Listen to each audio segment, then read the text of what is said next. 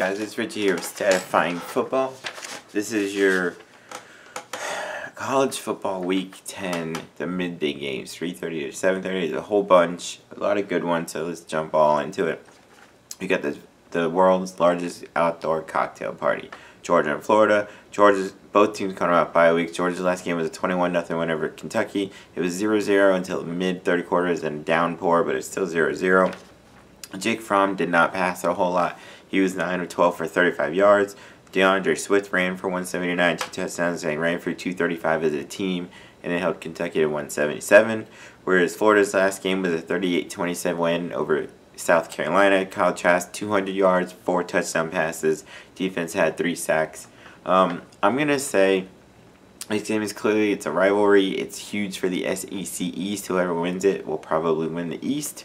I'm going to say it's going to be a really close game. I'm giving the edge to the Gators only because even early on in the season I was not a big fan of Georgia. Just kind of looked good but not great. And then against South Carolina they lost and struggled, and then they struggled again against Kentucky. Whereas the Gators, to my surprise, they've been pretty consistently good most of the year. Their defense has been good. Their offense has actually looked good. So I just think the consistency is there for Florida. So I think they'll get the win in that one. All right, in Kansas State, in Kansas, the Sunflower State thing, whatever it is, Kansas State coming up a huge upset over Oklahoma, 48-41. Skylar Thompson, 213 passing, but he did his damage on the ground with 4 rushing touchdowns. James Gilbert ran for 105 and a touchdown. They ran for 213 in that game as they beat Oklahoma. In Kansas, they won a shootout, 37-34 over Texas Tech, and a crazy ending. They had their kick blocked, but Texas Tech guy fumbled the return, and Kansas got another chance with 2 seconds left. It was weird. Quarterback Carter Stanley passed for 415, 3 touchdowns and a pick. They had 2 guys go over 100 yards receiving. Stephen Robinson, 6 catches, 186 yards, 2 touchdowns. Andrew Parchment, 7 catches, 109 and a touchdown. They put up 527 yards but gave up 483. I think this is going to be a really close game. Kansas is a much improved team this year. It doesn't show that way quite on their win column, but they could have a few more. I want to go with Kansas in this win, even though Kansas State did just have that big old upset. But I'm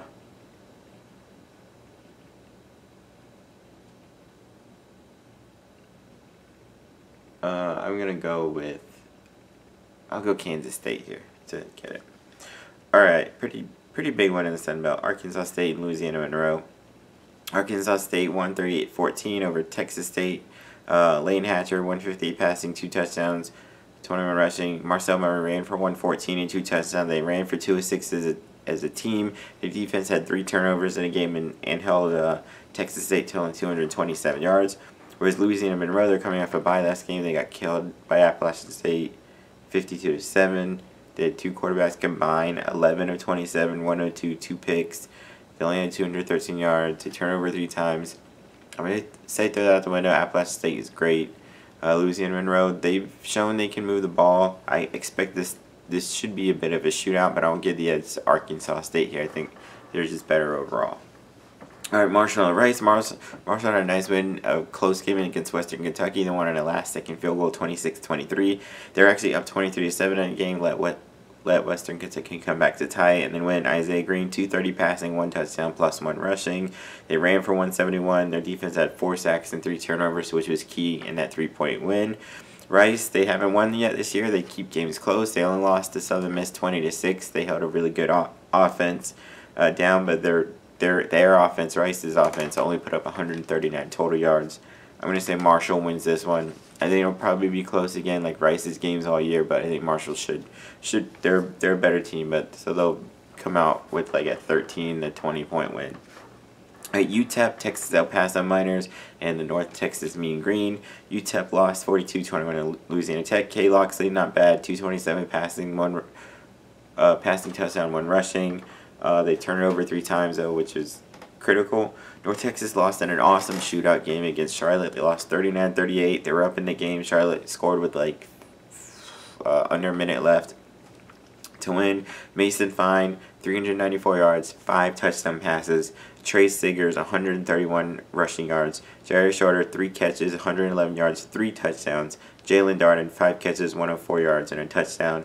They put up 539 yards of offense. The problem was their defense gave up 589. I don't think they'll have much of a problem with UTEP. UTEP's offense is mediocre at best, and I think North Texas should take it.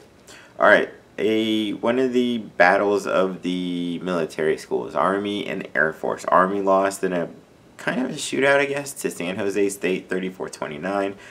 They had 3 quarterbacks play, but they're more of a triple option team. The 3 quarterbacks were fine, 7 of 13, 103 passing, 1 touchdown. They did run for 326 yards, but they had, and this is key, 9 penalties, especially for a triple option team like Army. Anytime penalties set you back, you're behind the chains, and they're predicated on, run, and don't have much of a pass game to get all those yards back. That's really the main reason they lost, because they were pretty even statistically, turnovers and everything with San Jose State. Which Air Force killed Utah State 31-7. Timothy Jackson ran for 148 and a touchdown. They ran for 448 yards as a team, and they held Utah State, one of the best offenses in the country, to 128 total yards. Air Force is on a roll this year. Army's kind of taking a step back. I think Air Force is going to win. They may blow Army out. I'm not sure, but I think it'll be pretty close, really. But Air Force is on a roll this year. They could win the Mountain West Conference. They're looking really good. All right, Middle Tennessee State and Charlotte, possible shootout here. Middle Tennessee State clobbered Florida International 50-17. They had 3 guys go over 100 rushing yards. They ran for 471 yards. They're not a triple option team. It's just what worked that day. Asher O'Hara, their quarterback, ran for 159 and 2 touchdowns. Jay McDonald ran for 138 and a touchdown. And Terrell West ran for 130 and 3 touchdowns. They also did force 4 turnovers. Where Charlotte, they had that awesome win I mentioned earlier against North Texas. They won 39-38. Chris Reynolds, amazing game. 336 passing, 3 touchdowns, plus 96 rushing yards and a touchdown. Benny LeMay, 155 rushing, 2 touchdowns. Victor Tucker, 10 catches, 140 and a touchdown. Tyler Ringwood, 3 catches, 100 yards and a touchdown. They put up 589 and had 3 sacks. I think this is going to go back and forth. I want to go Middle Tennessee State, but man, Charlotte keeps like showing up in these games. They make them good, they make them close. I'm gonna go Charlotte here. I'm gonna go Charlotte to win it. All right, UNLV Colorado State in the Mountain West. UNLV lost a close game to San Diego State 20-17. They missed a field goal at the end that would have tied it.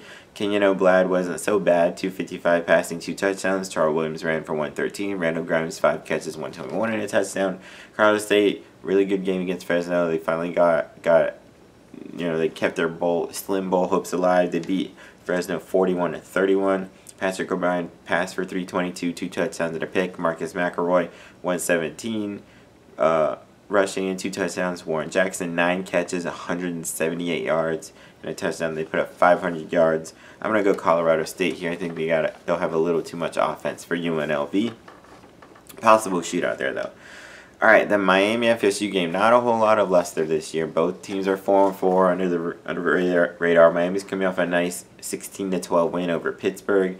N'Kosi Perry, he wasn't great. He was 10 of 24, 104 passing and a pick. So they brought in Jaron Williams, who passed for 50 yards and had the winning touchdown with like 55 seconds left. It's weird. Miami only had 208 yards, but the defense had 4 sacks and 3 turnovers, which was key because Pitt ended up having like 322 yards. The difference was Pitt settled for 4 field goals. Miami had 3 field goals and a touchdown, and that was basically it.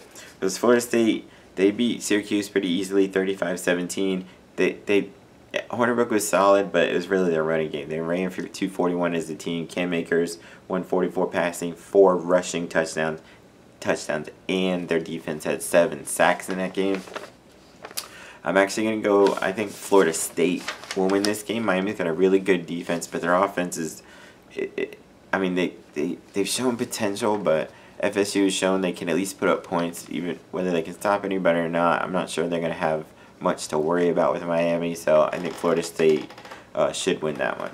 I go to the Big 12, TCU and Oklahoma State. Both teams coming off upset wins. TCU beat Texas 37-27. Max Duggan, 273 passing, 2 touchdowns and a pick, plus 72 rushing yards and a touchdown. They put up 435 yards.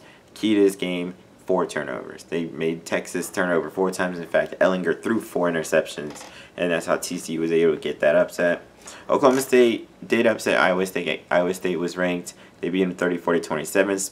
Their trifecta, their 3 guys had really big games. Spencer Sanders, the quarterback, passed for 249, 2 touchdowns, a pick, plus 43 rushing yards. Chuba Hubbard, the nation's leading rusher, ran for 116 and a touchdown. And Tylan Wallace, in my opinion, maybe the best receiver in the country, 8 catches, 131 and a touchdown. Defense forced 3 turnovers in the game, including a pick 6, and that's how they won. I expect this to be back and forth, but I'm going to go Oklahoma State here. I like TCU. I like Max Duggan. Maybe it was a turning point against Texas, but Oklahoma State's shown to me, as long as they don't turn it over. A few games this year they lost because they turn it over a lot. Their offense can score on anybody in the country, and I expect that to happen here. All right, Rutgers, Illinois. Rutgers had a big win against Liberty, 44-34, but it was actually back and forth for a while.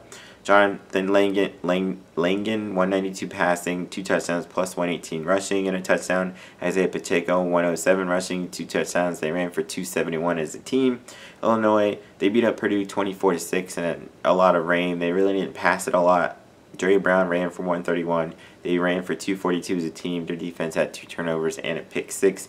I expect Illinois to win this one. Rutgers sucks. That's about it. All right, Clemson basically has an easy week. They killed Boston College 59-7. Trevor Lawrence, 275 passing, 3 touchdowns. Travis Etienne, 109 rushing, 3 touchdowns. DeAndre Overton, 3 catches, 119 and 3 touchdowns. They had a fumble return for a touchdown. They had 674 total yards. Only allowed 177. They're playing Wofford from 1AA. Wofford, they run a triple option.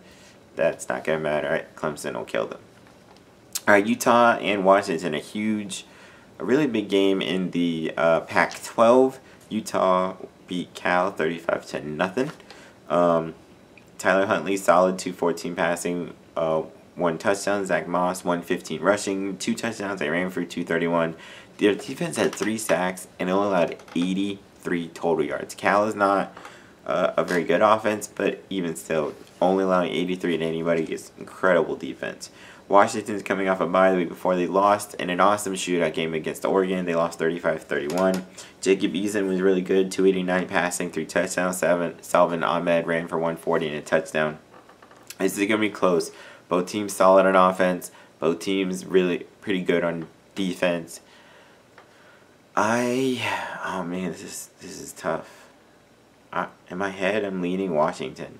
I don't know why. I know Utah's just really good, but I'm going to go Washington. Just maybe because it's at home. Maybe because I don't know why. I think Washington's got it. All right, Mississippi State and Arkansas. Mississippi State lost 49-30 to Texas A&M. Garrett Schrader, 13-30, not great, but 194 passing, 3 touchdowns, plus 64 rushing yards.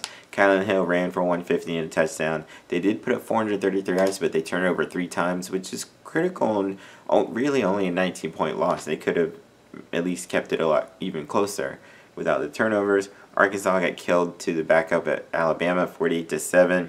Nick Starkel was terrible, 5 of 19, 58 yards, 3 picks.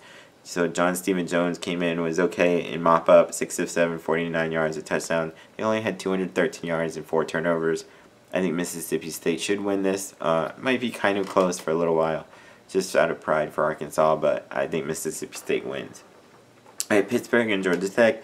Pitt lost 16-12 to Miami. Pickett, 146 passing, 2 interceptions.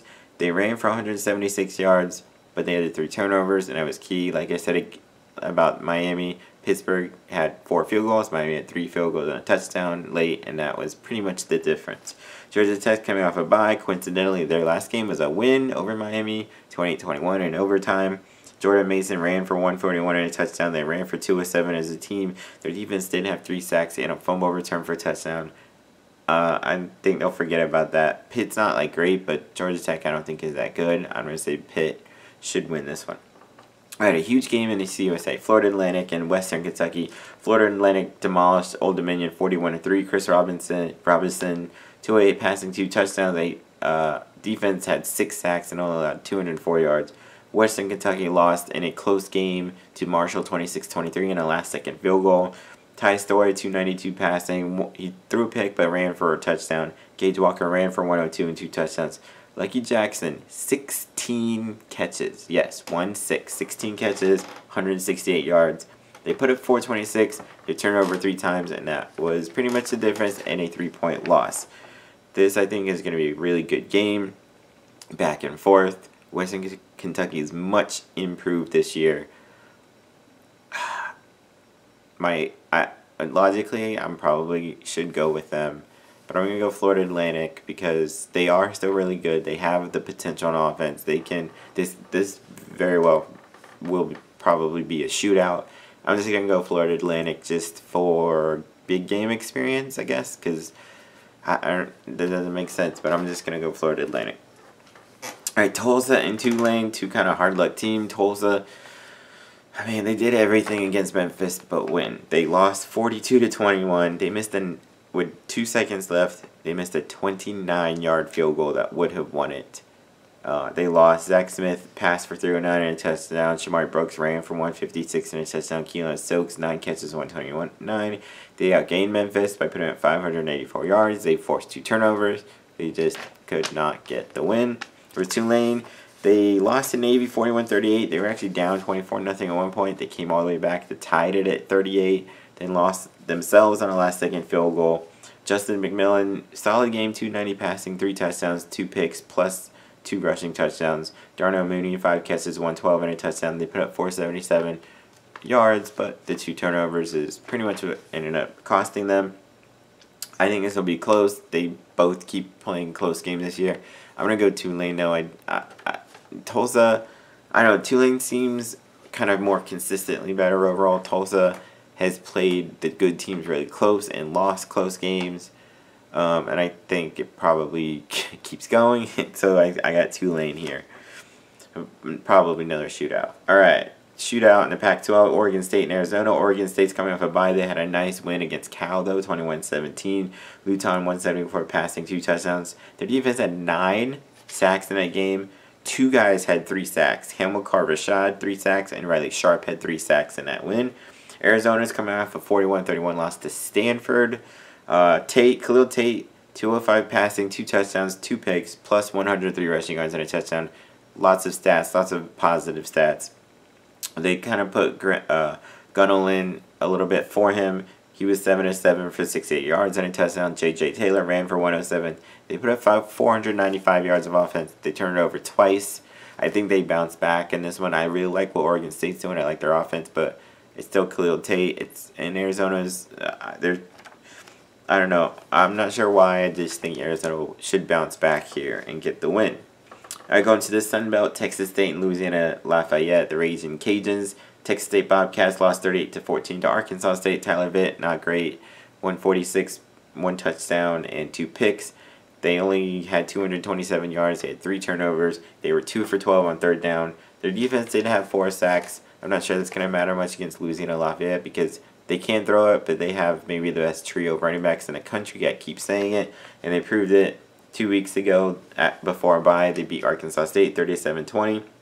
They ran for 315 yards. 2 of those trio had 100. Raymond Calais, 144 rushing, 2 touchdowns. Elijah Mitchell wrote on 9 rushing and 2 touchdowns. Defense had 3 sacks. I'm going to go Louisiana Lafayette. Probably pretty big. They're really good on offense. Texas State, they're kind of finding their way with a new coach. I'm going to go Louisiana Lafayette. Big there. Alright, go to the SEC, Ole Miss and Auburn. Ole Miss coming off a bye. Their last game was a close loss to Texas A&M, 24-17 loss. They had 2 quarterbacks, though, combined 14 of 31 for 155 and a pick. They did run for 250 yards, and you got to try to get that going against Auburn's good defense if they want to win. Their defense did have 4 sacks and forced 2 turnovers, which they could do against a freshman in Bo Nix at Auburn. Auburn held LSU down pretty well. They only lost 23-20, Bo Nix played about it like a freshman would, 15 of 35, 157, a touchdown, a pick. DJ Williams ran for 130. Defense did have 3 sacks and two turnovers, but they gave up 508 yards to LSU. Now, that was more of a bend but don't break defense. Yeah, they gave up 508, but they only held them to 23 points, where LSU was averaging well over 50 coming into the game.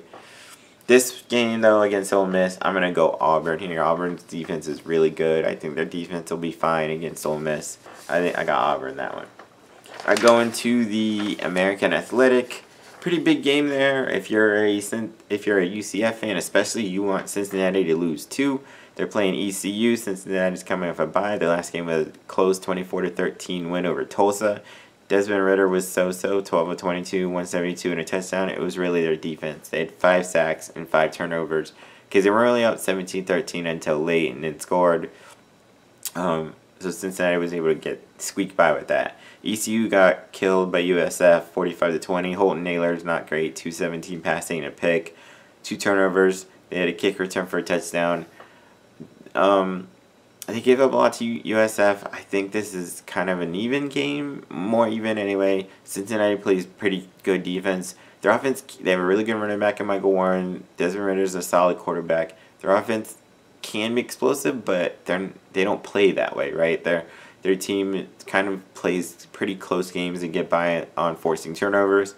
ECU has a shot here for a bit of an upset. I think Cincinnati's ranked now. I like UCF as well as the Florida team, so I want ECU to win, but I can't pick them. I'm going to go Cincinnati in that one, but it might be closer than people think. All right, UAB and Tennessee. This is so interesting to me. UAB coming off a bye. They killed Old Dominion 38-14. Tyler Johnson, 260 passing, 2 touchdowns and a pick. Jermaine Brown ran for 116 and a touchdown. Austin Watkins, 5 catches, 121. Defense had 5 sacks, 3 turnovers, and only allowed 150 yards. Whereas Tennessee has been pretty terrible all year until last week. They beat South Carolina 41-20, beat them convincingly. Garantano was good, 229, 2 touchdowns. Then he got hurt. Then JT Shrout came in. He kept it going, 122 passing and a touchdown. Jawan Jennings, 7 catches, 174, 2 touchdowns. Marquez Callaway, 3 catches, 102 and a touchdown. They put up 485 yards. Their defense had 3 sacks. I really want to pick UAB. UAB, they're 6-1 this year. Bill Clark is one of the best coaches in the country. Just go look what he's done with the crap that UAB's gone through the last 5 years, what he's done with them.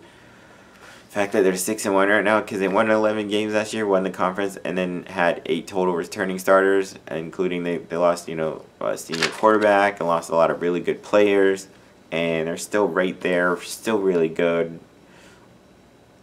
I want to go UAB really badly in this one. But, man. Alright, I'm gonna go Tennessee. I don't even know why. Just honestly, if this were before South Carolina, I probably would have gone UAB. But I'll go Tennessee there, but that's upset alert big time. Yeah, I'll go Tennessee though. Alright, and then the final game for this midday stuff, Northwestern and Indiana. Northwestern got killed by Iowa 20-0. They only had 202 yards. Indiana, they're bowl eligible. They're 6-2 already. They beat Nebraska 38-31. Peyton Ramsey, 351 passing, 2 touchdowns, plus 42 yards rushing and a touchdown. Whop Phillier, 14 catches, 170 yards. It's his second game with 14 catches, by the way, this season. Defense, they forced 2 turnovers, but they gave up 514. I don't think that's a problem. Northwestern is really bad on offense this year. They're decent on defense, but bad on offense. I think Indiana should win, and they might win pretty convincingly in that game. I can't see that being close. Alright, so those are my midday games. Come back, check out all my noon games, NFL games, everything else. Peace.